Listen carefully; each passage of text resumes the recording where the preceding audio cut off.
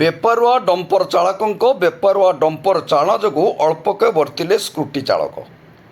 ବସ୍ତା ଥାନା ତଥା ଅମରଦା ରୋଡ଼ ଫାଣ୍ଡି ଅନ୍ତର୍ଗତ ଅମରଦା ରୋଡ଼ ଶିବ ମନ୍ଦିର ନିକଟରେ ଆଜି ଦିନ 1:30 ସମୟରେ ଏକ ଖାଲି ଡମ୍ପର ମୟୂରଭଞ୍ଜ ଅଭିମୁଖେ ବେପରୁଆ ଭାବେ ବିୟର ପିଇ ଚାଳକ ଜଣକ ଡମ୍ପର ଚଳାଉଥିବା ଯୋଗୁଁ ହଠାତ୍ ଭାରସାମ୍ୟ ହରାଇ ହାଟ ନିକଟରେ ଏକ ସ୍କୁଟିକୁ ଧକ୍କା ଦେଇଥିଲା। ସ୍କୁଟି ଚାଳକ ସ୍କୁଟି ଛାଡ଼ି ଡେଇଁ ପଳାଇବା ଫଳରେ ମୃତ୍ୟୁ ପକ୍ଷରୁ ଅଳ୍ପକେ ବଞ୍ଚି ଯାଇଥିଲେ। ସେତିକି ନୁହେଁ, ପରେ ଡମ୍ପର ଚାଳକ ଜଣକ ଏକ ବିଦ୍ୟୁତ୍ ଖୁଣ୍ଟକୁ ଧକ୍କା ଦେଇଥିଲା।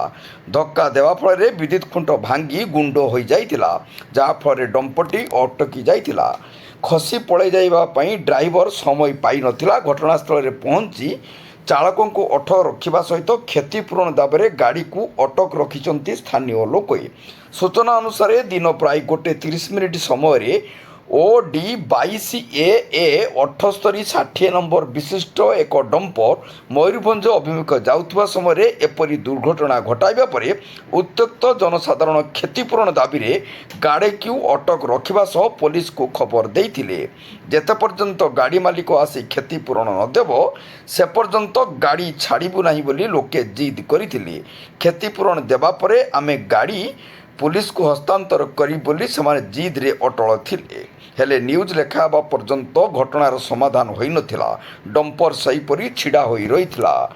ବସ୍ତାରୁ ଶିରିଷ ମହାନ୍ତିଙ୍କ ରିପୋର୍ଟ, ଜନତା ଏକ୍ସପ୍ରେସ୍।